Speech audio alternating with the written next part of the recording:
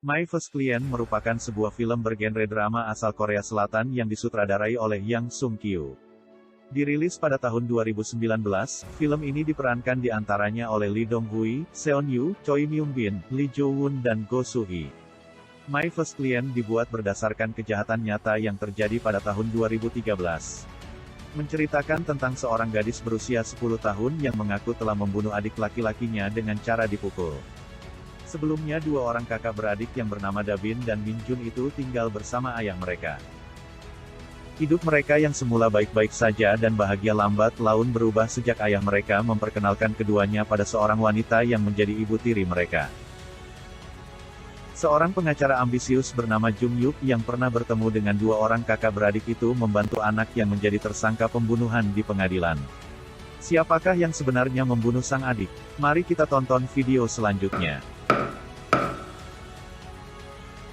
Dalam film ini menceritakan sebuah hubungan kakak beradik yang tinggal di sebuah rumah dengan sebuah keadaan di mana mereka mengurus hidupnya sendiri tanpa adanya pengawasan orang tua. Sang adik yang bernama Min Jun yang selalu menanyakan sosok ibunya yang telah lama meninggal, akan tetapi sang kakak juga mulai melupakan bagaimana sosok ibunya. Bagaimana rupanya, bagaimana rambutnya, bagaimana pakaiannya. Saat sang adik menanyakan hal itu Da Bin sang kakak menjawab hal yang berbeda hingga sang adik jengkel dengan jawaban Da Bin yang mengatakan rambut ibunya pendek dan sebelumnya panjang. Untuk menghentikan pembicaraan dari sang adik Da Bin menawarinya makan yang mana hanya makan dengan rumput laut bakar dan nasi. Da Bin yang setiap harinya merindukan akan sosok ibunya hingga mengambil sebuah kotak yang berada di atas lemari di kamar ayahnya. Saat itu Da Bin melihat foto dan hanya terlihat badan ibunya tetapi dalam foto tersebut wajah ibunya telah digunting. Pada saat Da Bin akan keluar dia berpapasan dengan ayahnya, dia pun mulai panik dan menghindar. Akibat Da Bin yang selalu melihat foto ibunya, ayahnya pun berpikir Da Bin membutuhkan sosok seorang ibu. Hingga saat itu tiba, ayah Da Bin memperkenalkan seorang wanita yang mana kakak beradik ini kebingungan. Ayahnya pun mengatakan bahwasannya wanita tersebut akan menjadi ibu tiri mereka. Mereka pun mulai senang. Akan tetapi dari sinilah sebuah kisah hidup mereka dimulai. Suasana pun berubah setelah wanita tersebut masuk dalam keluarga Da Bin dan Min Jun. Ibu tirinya merasa berkuasa seakan semuanya harus mengikuti apa yang dia mau. Di sini Min Jun yang selalu makan dengan berantakan dikarenakan tidak bisa menggunakan sumpit ataupun sendok dengan benar, terkena amarah sang ibu tirinya. Da Bin sebagai seorang kakak menjadi pelindung bagi adiknya yang masih kecil. Di mana dia selalu menjadi pengganti hukuman saat sang adik melakukan kesalahan. Tak lama kemudian Da Bin yang sudah merasa muak dengan tindakan ibu tirinya yang selalu memukulinya di saat adiknya melakukan kesalahan. Dia mendatangi sebuah kantor polisi di bagian lembaga kesejahteraan anak di mana dia membutuhkan pengacara yang menjadi pembelanya. Disinilah awal mula Da Bin bertemu dengan pengacara Jung Yuk yang akan menjadi pembelanya. Akan tetapi di saat itu ibu tirinya memuali akting seakan tidak terjadi apapun, bahkan membalikkan fakta bahwa Da Bin berbohong. Pengacara tersebut juga mempunyai firasat yang sulit dijelaskan. Setelah beberapa jam pengacara tersebut pulang di sana ibu tirinya pun mulai memukuli Da Bin dikarenakan sudah melaporkannya ke pihak yang berwenang. Adiknya yang tidak bisa melakukan apapun hanya bisa melihat dan mendengar kakaknya yang berteriak meminta ampun berkali-kali. Sang ayah pun tidak mempedulikan apa yang dilakukan oleh sang ibu tiri dikarenakan sang ayah hanya mempedulikan uang yang diperoleh dari sang anak yang mendapatkan bantuan dari pemerintah dan juga dari kerabat-kerabat ibu kandung mereka. Saat pulang sekolah Da Bin sangat ingin mengatakan pada wali kelasnya akan tetapi dia merasa enggan untuk mengatakan masalah pribadinya yang dilakukan ibu tirinya di rumah. Gurunya melihat bekas lebam yang ada di leher dan bibir Da Bin, ia akan menanyakannya tetapi Da Bin hanya diam dan akhirnya ada sebuah telepon yang mengakibatkan Da Bin tidak jadi untuk berbicara. Dikarenakan tidak bisa mengatakan pada ibu guru Da Bin akhirnya pergi mengunjungi pengacara Jung Yuk, pengacara tersebut mengajaknya keluar akan tetapi pada saat pengacara tersebut ingin mengelus kepala Da Bin merasa ketakutan akan seperti waspada akibat trauma yang dia peroleh dari seorang ibu tirinya yang sering memukulinya dengan tangan. Pada saat di tempat burger kakak beradik ini sedang duduk dan melihat sekeliling. Pengacara tersebut menyuruhnya untuk makan akan tetapi sang adik memakan roti burger tersebut secara terpisah. Yang hingga sang kakak mengajarkannya cara makan. Akan tetapi cara makan yang dilakukan Dabin ini membuat adiknya berisik dan mengingat kejadian yang sering terjadi di rumahnya yang tidak memperbolehkan makan dengan sembarangan sampai berjatuhan. Pada hari berikutnya pengacara Jung Yup menerima panggilan dari firman hukum yang memintanya untuk bekerja di kota lain dan menangani hal di sana.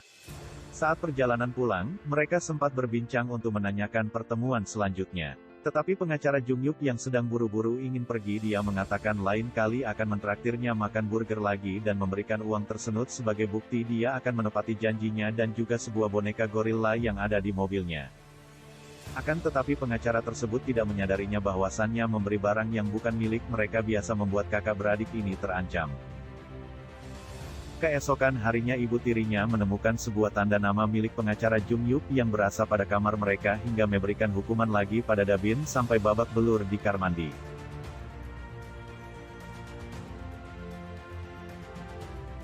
Pada saat di sekolah wajah Dabin yang mulai pucat pun dan akhirnya terjatuh dan darah pun keluar dari telinga Dabin. Sang guru pun menelpon pengacara untuk memberitahukan kondisi Dabin hingga masuk rumah sakit. Saat di rumah sakit Dabin meminta pengacara Jung Yup untuk membawanya pergi dari rumah itu, akan tetapi pengacara itu awalnya menolak untuk membantunya akan tetapi tidak ada seorang pun yang bisa diandalkan melebihi dirinya. Pengacara itu pun sudah mulai sibuk di kota lain untuk melakukan pekerjaan, Dabin yang masih berusaha untuk menghubungi sang pengacara akan tetapi tetap tidak bisa. Dabin pun mulai putus asa dengan keadaan, malam harinya adiknya mengajaknya berbicara akan tetapi dia sedang tidak ingin melakukan apapun. Adiknya pun yang masih mengajaknya berbicara menanyakan seorang paman pengacaranya kapan dia akan datang. Di saat yang bersamaan Min Jun menentukan uang yang diberikan pengacara Jung Yup, karena suara Min Jun yang sangat berisi mengakibatkan ibu tirinya pergi ke kamar mereka dan tidak sengaja melihat uang yang dipegang oleh sang adik, mengira Min Jun yang mencuri uang darinya.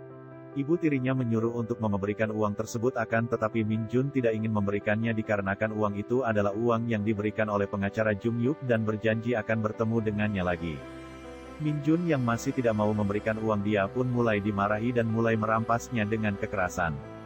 Dabin pun disuruh turun untuk menamparkan adiknya yang sudah melakukan kesalahan tetapi Dabin tidak tega dia pun menamparnya dan membuat adiknya menangis dengan keras. Dabin juga meminta maaf menamparkan adiknya. Akan tetapi dengan tamparan Dabin yang kurang memuaskan hasrat dan ibu, dia pun memukuli, menendang sang adik sampai babak belur yang mengakibatkan bagian perutnya terlihat membesar. Tak disengaja pagi harinya sang pengacara mendapat kabar dari seorang guru yang mengatakan Min Jun telah dikatakan meninggal dan juga berita yang menyebar bahwasannya Dabin gadis kecil yang membunuh adik kandungnya sendiri. Pengacara itu mencari guru tersebut untuk memastikan bahwasannya berita itu tidak benar. Pengacara Jung Yup yang seakan masih tidak percaya dia pun terdiam di mobil dan memikirkan, bahwa dia merasa bersalah tidak mendengarkan kakak beradik tersebut. Dikarenakan $50 yang diberikan olehnya mengakibatkan Min Jun meninggal. Di saat yang bersamaan Dabin dihasut oleh ibu tirinya untuk membungkam semuanya dengan jaminan dia akan diberikan kasih sayang yang cukup tanpa kekurangan dan tidak akan mendapatkan hukuman. Pengacara Jung Yup yang mulai putus asa meminta bantuan pada seniornya yang bisa nangani hukum untuk menjadi pembela di pengadilan akan tetapi itu tidaklah mudah. Jung Yup yang masih tidak menyerah untuk kasus Min Jun yang meninggal tidak logis, dia pun membuat sebuah tim yang untuk membuat jalur hukum berjalan dengan adil. Dengan melihat bukti foto kematian yaitu peritonitis yang mengakibatkan kerusakan pada usus yang disebabkan trauma secara langsung. Dokter pun mengatakan dengan gadis 10 tahun itu hal yang sangat mustahil bisa melakukan kekerasan seperti hasil diagnosa tersebut. Ibu tiri Dabin yang baru saja pulang mendapatkan sebuah surat dari pengadilan yang mengakibatkan dia dipanggil atas tuduhan penganiayaan yang terjadi, dia pun menyalahkan Dabin yang tidak tahu akan hal itu. Surat pengajuan pun diterima oleh hakim pengadilan dan pengacara Jung Yup memiliki rencana untuk membujuk Dabin dengan menggunakan Jungno. Jungno teman sekelas yang dapat diandalkan untuk mengantarkan makanan setiap hari dari pengacara Jung Yup hingga pada akhirnya dia mengakan berhenti melakukan pengiriman hal itu. Semua barang yang diberikan berada di dalam lemari. Dabin yang mulai penasaran apa yang dikirim oleh pengacara Jung Yup dia pun membukanya dan mengingat sebuah momen di mana adiknya yang sangat suka mainan dan dia menemukan MP3 yang bisa dia dengarkan. Di dalam MP3 itu terekam suara pengacara Jung Yup yang mengatakan ingin membantu dia keluar dari rumah itu demi hukum Min Jun yang harus tuntas. Di dalam rekaman itu Jungan mengatakan jika sudah mendengarnya dia bisa menemui pengacara Jung Yuk. Tetapi di saat itu berpapasan dengan ibunya yang menanyakan akan pergi kemana. Di saat itu ibu tirinya melihat semuanya dan teriakan Dabin terdengar sampai luar dan Jungno tidak sengaja mendengar teriakan Dabin dan menelpon pengacara Jung Yuk. Dia pun berlari meminjam alat untuk membuka pintu rumah untuk menolong Dabin yang dianiaya ibu tirinya. Sidang dimulai, ibu tiri Dabin dengan terlihat angkuh dan tidak bersalah mengikuti persidangan dengan ayah Dabin dengan membual omong kosong yang sudah dia rencanakan. Dengan bukti yang masih belum kuat, pengacara Jung Yuk tidak puas dan mengakibatkan pengadilan tertunda. Pada saat di rumah pengacara Jung Yuk mendengar dari ponakannya yang mencari boneka gorila miliknya. Dan menanyakan itu kepadanya, akan tetapi pengacara Jung Yuk baru menyadarinya bahwa dalam boneka tersebut bisa merekam. Dia pun mulai mencari boneka gorila itu di tempat pembuangan sampah tetapi tidak menemukannya juga. Hari persidangan penentuan pun dimulai dan Dabin diminta untuk bersaksi akan kejadian tersebut bukan dari ulah ibu tirinya akan tetapi dari ulahnya sendiri yang melakukan kekerasan pada adiknya. Di saat pertama kali ditanyakan Dabin hanya bisa terdiam dan menangis. Di saat kondisi Dabin yang kurang stabil, Dewan Hakim memberikan kelonggaran waktu. Di saat kelonggaran itu Jungno datang dengan membawa boneka gorila tersebut kan membuat pengacara Jung Yuk berhasil mendapatkan rekamannya. Saat persidangan dimulai kembali, Dabin mulai didampingi oleh pengacara Jung Yuk dan memberikan boneka gorila itu kepada Dabin. Pengacara Jung Yuk yang berhasil membujuk Dabin berbicara, hingga membuat ibu tirinya tidak menyangka dan di saat itu pengacara Jung Yuk juga memberikan bukti rekaman video yang terekam pada boneka gorila tersebut. Dimulai saat Min Jun yang bermain dengan bonekanya, ibu tirinya yang menganiaya terekam dalam video itu. Terungkap sudah siapa yang membunuh Min Jun, ibu tirinya mulai berteriak dan merasa tidak terima. Semua orang dalam ruangan mengatakan dia ibu yang tidak berguna yang tega mengakibatkan anaknya meninggal. Setelah persidangan selesai wali Dabin adalah pengacara Jung Yuk, dan dia membantunya untuk mencari tahu foto ibu kandungnya dalam foto-fotongan yang dipunya pada awalnya. Dia pun mulai hidup bahagia dengan tinggal dan pengacara Jung Yuk. Dalam kasus penganiayaan atau anak yang terlantar banyak terjadi dan per tahun juga meningkat akan tetapi hukuman yang terjadi sangatlah tidak logis. Film ini diangkat dari kisah nyata yang dialami oleh kedua anak tersebut.